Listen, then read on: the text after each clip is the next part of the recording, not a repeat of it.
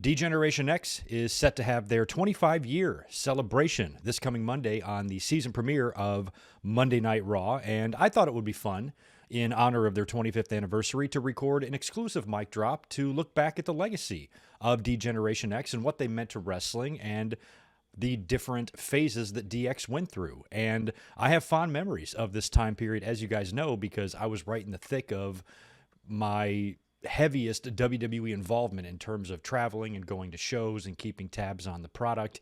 And Degeneration X also, you have to remember, formed during a very, very tumultuous time in WWE's history. This all took place in the early fall and late summer of 1997, around the same time that the fallout with Bret Hart was taking place and all of the problems with him and Shawn Michaels that would eventually lead to the Screwjob, which we are also coming up on the 25th anniversary of. So this was a crazy time period in wrestling, and DX the early days of DX anyway, really formed during a time in WWE when they were really on the ropes from WCW, getting their asses kicked in the ratings still around this time. And it was just a very odd period in the business. But during that period, some great things were born. We saw Stone Cold Steve Austin on the rise. And of course, we had the formation of Degeneration X. Now, a lot of people feel that Degeneration X was basically WWE's answer to the NWO. The NWO was a history-making storyline for WCW. It really turned the tables and changed the landscape of wrestling forever. As we all know, WWE had a very, very different product. So when they finally gave in and decided to be a little bit more edgy, they just went with the other half of the clique. You know, Scott and Kevin, and sometimes Six were over there doing it in WCW. So they finally put Triple H and Shawn Michaels together on TV in WWE. And I remember at the time thinking it was really weird to see them finally together. Everybody knew about the friendship. By this point, everybody knew about the curtain call.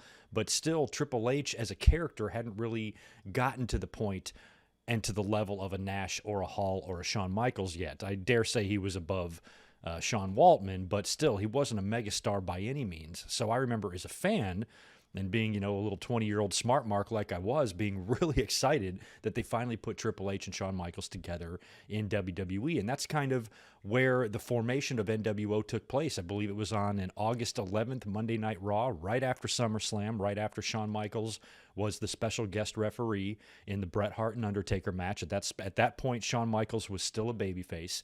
And of course, he wound up hitting Undertaker with a chair by accident. There was a stipulation that forced him to be an impartial ref, so he had to count the three. Bret Hart becomes champion. Undertaker, rightfully so, is pissed off. And instead of kind of owning up to the mistake, Shawn Michaels just runs with it and goes heel. And when they had a match, I believe it was Shawn Michaels against Mankind in August of 97, that was when Shawn Michaels had debuted his insurance policy, which was Rick Rude.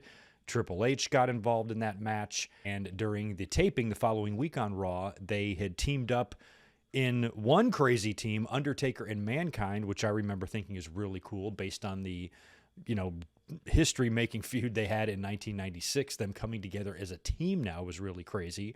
And then on the other side of that coin, Triple H, Hunter Hearst Helmsley, and Shawn Michaels teaming up was really odd because it was kind of confirmation that Shawn Michaels was indeed going to be a heel now. And at first they were a little hesitant to be together, but they wound up actually gelling well as a team. And that night, at the end of that match, Rick Rude was out there, of course, and that was the night that Shawn Michaels bloodied up The Undertaker's face real bad with the chair that led to their Ground Zero match in the beginning of September that year. So Shawn Michaels and Triple H's alliance was now complete, and of course you got to remember China is involved in that, and you have Rick Rude there, but I don't think they really officially coined themselves DX until a later Monday Night Raw, that backstage segment where Shawn is showing his ass and they're talking to Bret in the ring, and they called him degenerates, and Shawn was like, yeah, Degeneration X, is that it? I believe that's kind of where it was officially coined, so I don't know where you would exactly trace and pinpoint the exact formation of, but I believe it all began right after SummerSlam on that August 11th Raw. But Shawn now there having his real-life buddy in a faction with him. This is going to elevate Triple H, and it did. But in the meantime, Shawn Michaels was On his way to becoming the WWE champion, they would make a couple of pit stops along the way. They would first defeat Davey Boy Smith for the European title on that England-only, one-night-only pay-per-view. And then just a couple of weeks later, we would have Bad Blood in Your House, October 5th, 1997. This video, this mic drop will probably be uploaded on near the actual 25-year anniversary of that. And that, of course, also marked the death of Brian Pillman, but the first ever Hell in the Cell match, Shawn Michaels versus The Undertaker, the debut of Kane, all that took place in October. And then the following night on Monday Night Raw was another very pivotal night in the business in my mind in terms of the Monday Night Wars, and that was when Shawn Michaels and Triple H played the curtain call on the Titantron for Vince McMahon at the commentary table and made comments about it and talked about it and pulled back the curtain. Vince McMahon looked legitimately shaken, like pissed off, angry at them. And I remember really enjoying that because WCW was getting away with a lot of that stuff with Hall and Nash doing a lot of that edgy, really cool stuff where they kind of broke the fourth wall a little bit. And this is the first time that Vince McMahon is ever acknowledging the competition. WWE's product is clearly changing before our very eyes. They're doing things that they have never done before. Triple H lost the King of the Ring opportunity in 1996 because of that curtain call. He was punished because of that curtain call. It was a game-changing night in the business, and now, just a little bit over a year later, they are playing this very touchy subject on the Titantron and talking about it for the fans and in front of Vince McMahon. This is not something that Vince McMahon ever did, and you could see the desperation in WWE that they were willing to go to these lengths to compete with WCW. And, at first I wasn't sure it was going to work, especially everything going on with Bret Hart. But, DX, as we would see in the upcoming months and after Shawn would leave, would become one of the biggest things they had going on in the Attitude Era. But, of course, we would then move on to Montreal. We all know what happened there. Coming up on the 25th anniversary of that incident as well, so expect a video when we get to that date on November 9th. But then we had to go to Montreal. That whole fiasco happened. Bret punching Vince, leaving and going to WCW. The month after that, we've got the DX pay-per-view. But before that, a lot of people jumped ship after that. Bryan Adams, a.k.a. Crush, left and went to WCW, and so did Rick Rude. Rick Rude showed up on WCW first, and of course, Rude was famous for showing up on Raw and Nitro on the same night. We will never see anything like that again. That was pretty incredible, and Rick Rude deserves a lot of early credit for Degeneration X too. I thought he looked great in that role. Of course, he wasn't wrestling at that time. He was making some appearances for ECW. I thought it was cool to see Rick Rude back in the WWE, and plus, he was legit. He was a tough, badass MFer, you know what I mean? So he was some muscle to have in that group if he ever did get physical. I was assuming, without really knowing his whole situation, that eventually, if Rude would have stayed in WWE and, of course, not passed away a couple years later, he might have gotten back in the ring. He might have been able to in some way, depending if they were able to work out his situation. That would have been really cool, especially if he butted heads with Shawn Michaels. How awesome that would have been. But Rick Rude, in support and in protest of what happened to Bret, he just up and bounced to WCW because he had, an opening. He had availability there, a contract that wasn't signed, or he was just paid per deal, or whatever the situation was, and he was able to go to WCW before he signed anything ironclad with WWE. And of course, that night WWE was taped, and there you have it, Rick Rude on Raw and Nitro on the same night. So DX took a blow there, but they really bounced right back from it. I was at the Raw. I talk about this all the time. 2 weeks after the Montreal Screwjob, and it was the first live Raw after Rick Rude did what he did. And I was in the fourth row. I was very close to the ring for that show. And they opened up with Harvey Whippleman coming out and imitating Rick Rude.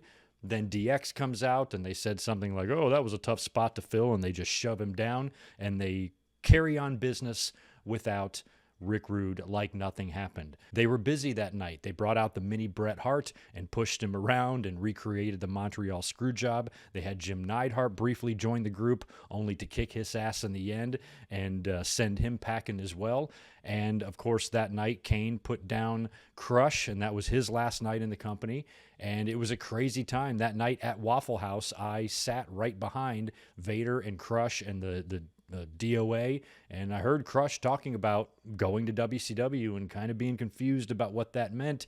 And then just a couple of weeks later, he turned up on Monday Nitro. So DX had a really, really rocky road at first. They were trying to stay together during one of the craziest times in the business, but they were being so shocking with their content, what they were saying on the mic, and all these references and the sexual shit. It was really all WWE could do to compete with what the cool factor of WCW had at the time. And I think they did pretty well with it, all things considered. It was a very confusing time for me as a fan as well, because I had just lost Bret Hart to WCW, and I didn't know what the hell to do. But in terms of what DX was doing, late 97, they were the edgiest that DX ever got. 98, they were still pretty damn edgy, but if you compare 1997 DX to what would happen later on in 2006, these are two completely different groups. And of course, Chyna, during this time, we have to mention Chyna because she was the silent assassin of that group. She was early on Chyna when she was still really big, and she didn't say a whole lot, but she still had great facial expressions to where she added a little bit of comedy to the group without really having to do much. And I thought she was another great addition. They were just a really good-looking crew, and it was fun to see Shawn Michaels associate himself with this particular heel and Chyna, and some of the funny interactions they were having in their backstage promos and their in-ring promos. Of course, they did the mock press conference where they dropped all the four-letter words and everything, which was also really funny. DX was fun in those early days, and I liked it because it was raw. It was really just edgy, and not everything was so cartoony yet, and they hadn't marketed the hell out of it yet. And it was just, just fun, raw, sophomoric trash humor that just really, really worked for the time. One of my favorite episodes, actually, was the Christmas episode that they did after the screw job. Shawn was now champ, but he was also still European champion, and they had that taping in Lowell, Mass, the very same building that Shawn Michaels lost his smile in back in February. Fast forward 10 months later, he's now a member of DX. He's a heel, he's a douche, and in the very same building, he is now a double champion. Sergeant Slaughter comes out and forces him to defend the European title against his friend Triple H. They act like they're really pissed about it and they're really mad at each other, and now we're going to have an actual fight here. And then they do the schmaz ending at the end where Shawn basically just lays down and gives Triple H the championship. Sergeant Slaughter's big plan is now backfired. Now they're both champions. Instead of trying to break up the group, it's only made them stronger. They're both carrying gold now. They get to rub it in your face. That was the night where they stripped off all their clothes and they were wearing Christmas tree jock straps or something. Shawn and Triple H were hilarious, and I remember being duped. I remember being swerved that night. I was actually here in San Diego visiting my family for Christmas because I was still living on the East Coast at that time. And I watched this show with my mom. And when we got to the end of that, she was fooled. I was fooled. I thought it was hilarious. It was a great memory. One of my favorite DX moments of all time. But then, of course, we would tread into 1998, where Shawn Michaels would get injured in that casket match at the Royal Rumble against The Undertaker, and that would render him pretty much useless until WrestleMania. He was able to do some of the hyping and the press conferences and the promos and the build to this, but he wasn't really able to get physical in any wrestling matches. And of course he had to miss In Your House, and they basically just had to get him good enough and healthy enough physically to compete at WrestleMania to be able to drop that belt to Stone Cold Steve Austin. Of course he gets to Mania. It was touch and go there for a while, but they got Shawn there. He put Steve over. He did the deed, stormed out of the hotel door, and was pretty much gone until he came back a few months later in the summer, and he wouldn't wrestle again for 4.5 years. But another pivotal night in the business and the legacy of Degeneration X is the very next night after WrestleMania 14, when Triple H got that promo picking up the ball, and he was going to run with DX, because I remember when Shawn lost thinking, what are they going to do now? It's just Triple H and Chyna now. It's just them. But I also was aware of the reports of Sean Waltman, X-Pac 123 Kid, possibly coming back. So he was already in the back of my mind as somebody who could come in and join Triple H, but I didn't think after Shawn being there, when you lose Shawn, I understand that Triple H can now move up and be that leader, but bringing in X-Pac, I didn't know if that group was really going to be strong enough, just replacing Shawn Michaels with Shawn Waltman, you know what I mean? But that night, Triple H formed the DX Army, as he called it, and the very first thing he did was bring back 1-2-3 Kid, who is now known as X-Pac, after being 6 in WCW. He's really evolved and basically came in with his WCW look, the leather jacket, the bandana, the glasses. And I remember really being happy that he was back, in the promo he cut on WCW and Eric Bischoff, again, was something that I'll never forget, because you didn't really hear promos like that. That's not stuff you saw every day. We were still trying to get used to these two companies acknowledging the other's existence. So to hear that stuff from X-Pac was really surreal, to hear him talk about Eric Bischoff and Hulk Hogan and his time in WCW and their friends, Scott Hall and Kevin Nash, who he claims would be standing right there with us if they weren't being held hostage by WCW. They wanted to be let out, but they had signed recently, contract extensions. Now they were stuck. You kind of see that history repeating itself now in a way, because the regime change in WWE no longer made AEW the more attractive place. Now there's a whole lot of talent there, maybe not a whole lot, but definitely a few pieces of talent who have signed long-term deals that now realize, oh shit, I should have gone over there. Hall and Nash signed their extensions likely before WWE really started picking up steam. Now they're the place to be, but you're stuck back with these long-term deals. So that was the way they were presenting it. And that was the narrative they were pushing to the fans, is that Hall and Nash wanted out. I've never heard Hall and Nash say this. Nash in interviews has always been very happy with the money he was making in WCW. So maybe coming in at this time just really wasn't possible. Even if a buyout was possible, it would have been hard still, even in '98, to pay those guys. Later on that night, to close Monday Night Raw, of course, we had the rematch of WrestleMania the night before for the tag team titles. Terry Funk and Cactus Jack taking on the New Age Outlaws, who had lost the belts in the dumpster match the previous night. And this was a cage match, one of the final appearances of the Blue Bar Cage in WWE. And of course, at the end of that match, that's when Triple H and Chyna and X-Pac showed up. They helped the Outlaws win the title. They did the big posing on the cage, and that revealed what Triple H's ultimate plan was, now that Shawn's gone, to pick up the ball and form the DX Army. And that's what he did that night after WrestleMania 14, and it was a really important night in DX's legacy. And just a couple of weeks after that, another huge show, very important show in DX history, and it was a show that I attended live in Hampton, Virginia for WWE Raw, and that was the night that they drove down the road to Norfolk to mess with WCW and invade Nitro. Drove a Jeep down there, drove up to the door, knocked on the door, and this was all done prior to the show going live and the doors opening, so there was tons of fans out there, and they had already gotten themselves back to Hampton to do an in-ring segment for Raw that night. But I remember when they were showing the pre-tape up on the Tron, back in those days, the Titantron was still in its infancy. It was less than a year old, so the picture wasn't as sharp and the audio wasn't as clear. So when they were trying to project the audio of what Triple H is saying, I could see DX up there in the camouflage and the tree branches glued to their head and all that stuff. But to hear whatever Triple H was saying, I was having trouble making it out. But I did hear him say the letters WCW, and I just remember being like, what? I almost wished I would have been home just to see what this was looking like on TV. I was blown away. I'm like, did he say WCW? And then they go on to show what DX was up to, going down to Nitro. And Eric Bischoff, I don't know why, but still to this day, he continues to push the lie that when DX went to Nitro, that he was in the ring doing a live promo on Nitro with Hulk Hogan, which is bullshit, because this was all taking place prior to the show, because he says, oh, I should have opened the door and let him drive down to the ring. I'm like, well, they could drive in there, but all they're going to do is drive in and go to catering and just hope that you guys will share some of your food with them. That's it, because you still have several hours until the show. So I don't understand why Bischoff continues to just push that lie. It's a little bit funny at this point, but they taped all this stuff, came back to Raw, shot the angle in the ring and the segment in the ring, and as a fan, I just remember being blown away by that.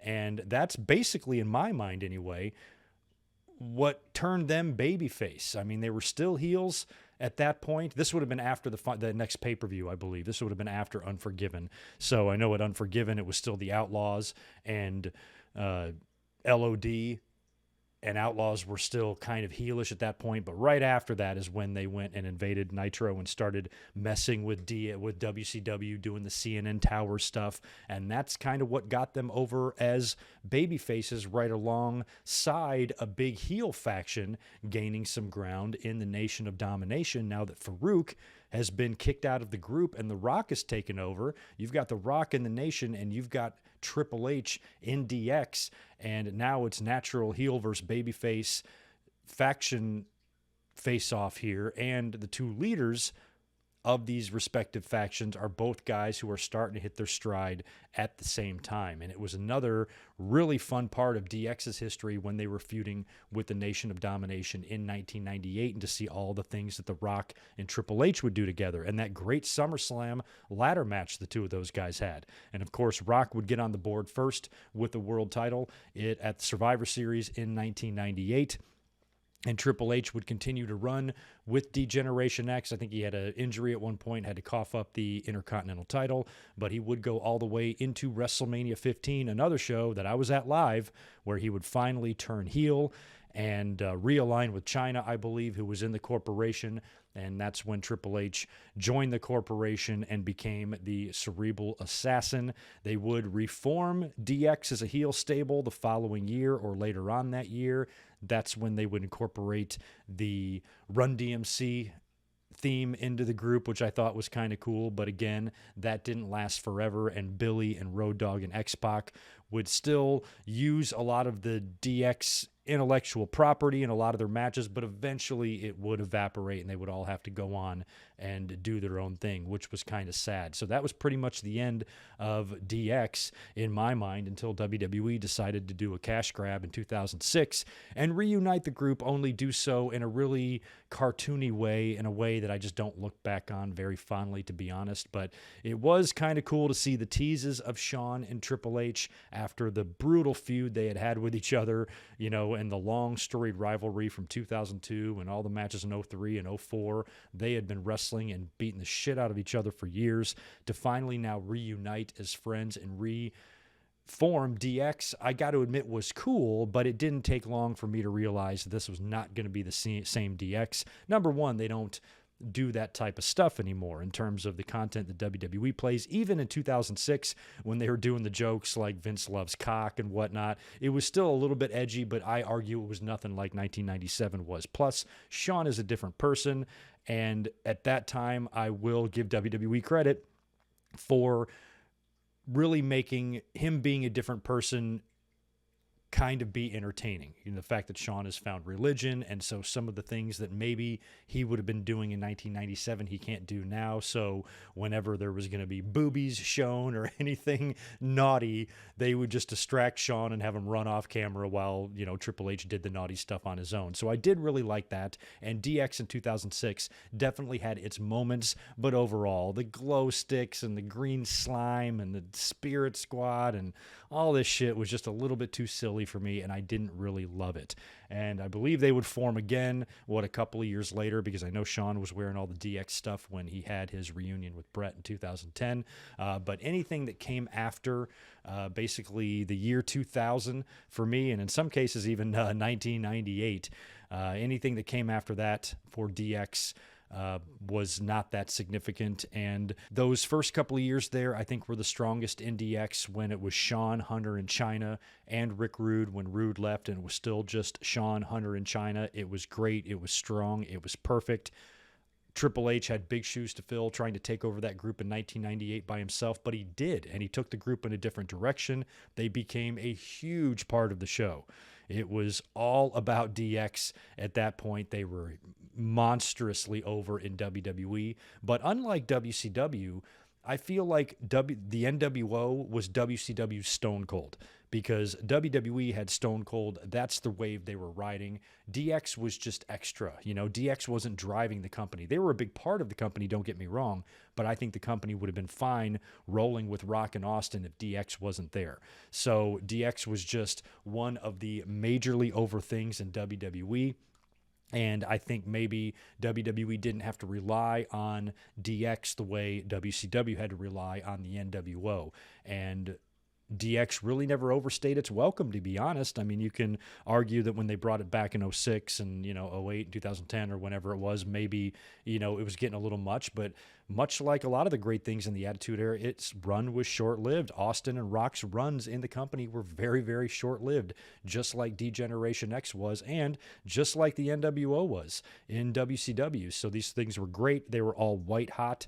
But in the grand scheme of things, looking back at DX's legacy, I don't think DX was important or as important to WWE as the NWO was to WCW. That's not a knock on DX. That's actually praising WWE because they had so much over stuff going on to rely upon that they didn't have to rely on just one faction or just one guy. They had so much stuff that was driving the ship where for a long period of time there when WCW was, on top, it was really being driven by the NWO, and of course they had the great cruiserweight undercard going on as well that helped them out. But without the NWO, there's no way they would have been able to hang with the WWE in the ratings just off the great cruiserweight matches. There's definitely an audience for that, but not enough to, dominate the wrestling portion of the ratings. So DX, I think, was just a really great, fun part of the show that had a lot of good wrestlers in it. It really put Triple H on the map. Without Degeneration X, I don't think Triple H would make it to the main event status that he eventually did, so it was definitely a stepping stone for him, and it immortalized the rest of them. It gave Road Dogg and Billy something to do. I didn't really talk much about them, but of course, they did join the group. I was in the building the night that they beat the LOD for their first ever tag team titles. I watched their birth with my own eyes, and they were two guys that WWE was really doing nothing with. Billy, when he was in the Smoking Guns, had some championships and stuff, but after that, his run and his time in the company was largely uneventful. He was never doing anything, and they basically put these two guys together in lieu of letting them go, and they fell ass backwards into one of the greatest tag teams and gimmicks this business has ever seen, and they were tailor-made for Degeneration X. And, this really, I think, extended the career and the legacy and the status of Sean Waltman in a lot of ways as well. So DX did nothing but good for everyone. Chyna, don't forget, big part of those early days, and she was really fun as DX continued to roll there because she stuck with Hunter during all of that, and she was part of both renditions of DX in 1997 with Shawn, and then 1998 and 99 with Triple H as the leader. So Degeneration X definitely deserves its place in history, and I thought it would be nice to come up here and discuss the fact that this faction's forming is now a quarter of a century old, and I think I'm the one who's old. Holy crap. So anyway, thank you very much for listening. Let me know all of your thoughts, memories, comments, and opinions about Degeneration X in the comments below, and I appreciate you guys taking the time to listen. Y'all be good. Peace.